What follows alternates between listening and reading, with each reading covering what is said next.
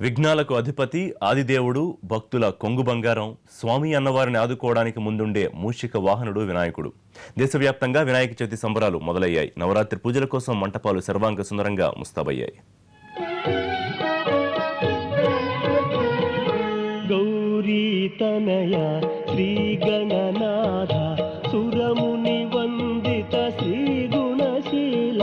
గౌరీ తనయ శ్రీ గణనాథ సురముని వందిత శ్రీ గుణశీల. తొలి పూజలందుకునేందుకు గణేశుడు వచ్చేశాడు. సంబరాలు తెచ్చేశాడు. పల్లెల్లోనూ పట్నాల్లోనూ గల్లీల్లోనూ ఎటు చూసినా పండుగ వాతావరణమే. వినాయక చవితి మంటపాలే. బుధవారం సాయంత్రం మార్కెట్లన్నీ కిటకిటలాడాయి. మట్టి వినాయక విగ్రహాలు, పత్రి అమ్మకాలు జోరుగా సాగాయి. వినాయక బుద్ధి ప్రదాయక విద్యాదాయక హే శుభదాయక. సిద్ధి వినాయక బుద్ధి ప్రదాయక విద్యాదాయక హే శుభదాయక. గౌరీ తనయ శ్రీ గణనాథ. వినాయక చవితి వేడుకలకు భాగ్యనగరం ముస్తాబయ్యింది. నగరంలో 30,000 విగ్రహాలను ప్రతిష్ఠిస్తారని అంచనా. కానీ అన్నిటికంటే ముందు గుర్తుకొచ్చేది ఖైరతాబాద్ వినాయకుడే. గతేడాది 60 అడుగులున్న విఘ్నేశుడు ఈసారి 59 అడుగులతో త్రిశక్తిమయ మోక్ష గణపతిగా దర్శనమిస్తున్నాడు.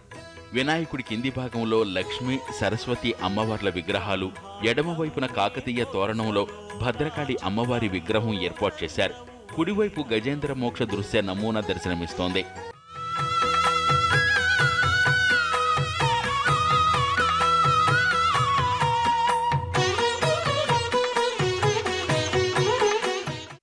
విజయవాడలోనూ 63 అడుగుల భారీ వినాయక విగ్రహం ఏర్పాటు చేశారు.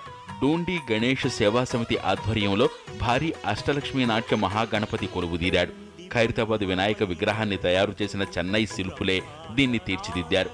30 టన్నుల కలప, 20 టన్నుల ఇనుము, 70 టన్నుల బంకమట్టితో ప్రకృతి సిద్ధ రంగులతో పర్యావరణ హితంగా దీన్ని తయారు చేశారు. ఇష్టమైనది వదిలిన నీకడ ఇష్ట కామ్యములు తీర్చే గణపతి. ఈసారి మట్టి విగ్రహాలపై ప్రజలకు అవగాహన పెరిగింది.